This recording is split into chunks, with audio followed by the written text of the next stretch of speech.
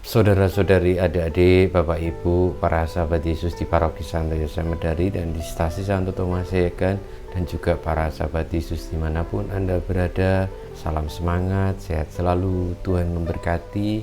Marilah kembali kita belajar ilmu sejati pada hari Kamis, tanggal 22 Juli tahun 2021.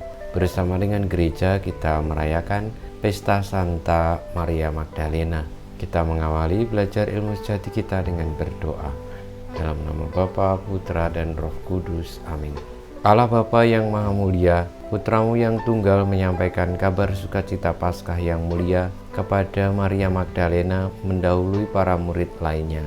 Semoga berkat teladan dan doanya kami mewartakan Kristus yang hidup dan kelak melihatnya meraja dalam kemuliaan-Mu. Sebab Dialah Tuhan yang hidup dan berkuasa, yang bersama Dikau dalam persatuan Roh Kudus, Allah sepanjang segala masa. Amin. Para sahabat Yesus terkasih, kita akan belajar ilmu sejati dari Injil Yesus Kristus menurut Santo Yohanes bab 20 ayat 1 dilanjutkan ayat 11 sampai dengan 18. Pada hari Minggu Paskah, pagi-pagi benar ketika hari masih gelap, pergilah Maria Magdalena ke kubur Yesus, dan ia melihat bahwa batu telah diambil dari kubur. Maria berdiri dekat kubur itu dan menangis. Sambil menangis ia menyenguk ke dalam kubur itu, dan tampaklah olehnya dua orang malaikat berpakaian putih, yang seorang duduk di sebelah kepala dan yang lain di sebelah kaki di tempat mayat Yesus terbaring.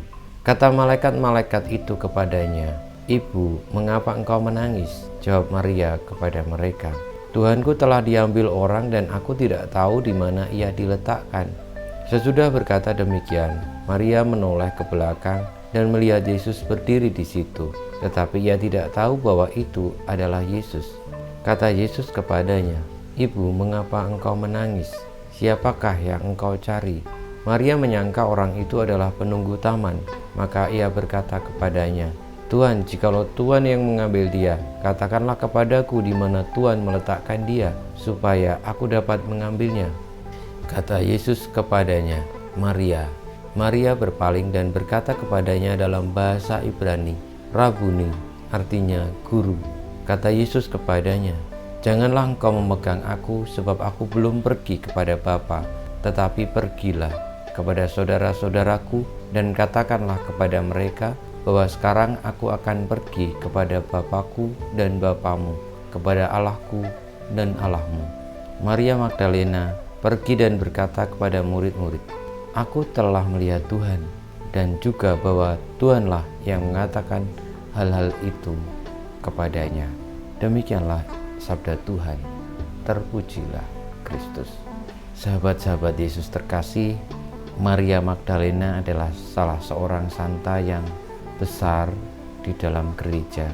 Artinya mendapatkan keistimewaan karena dekat dengan Tuhan Yesus. Bahkan kemana-mana para murid ikut, Maria Magdalena juga ikut karena telah dibebaskan dari roh jahat. Apa yang dialami oleh Maria semata-mata karena cinta kasih Tuhan Yesus yang telah dia terima. Maka ia pun mengasihi Yesus karena cinta itu. Dan cinta itu pula lah yang akhirnya menjadikan Maria saksi akan kebangkitan Tuhan. Kita semua diundang seperti juga Maria Magdalena dalam situasi seperti ini untuk hidup penuh cinta dengan siapapun, sehingga kita boleh menjadi saksi kebangkitan Tuhan, yang artinya Tuhan bangkit melalui orang-orang yang bangkit di sekitar kita, kembali menjadi baik, selamat, menjadi dibebaskan dari dosa, dari segala macam penyakit, dari segala macam kesusahan.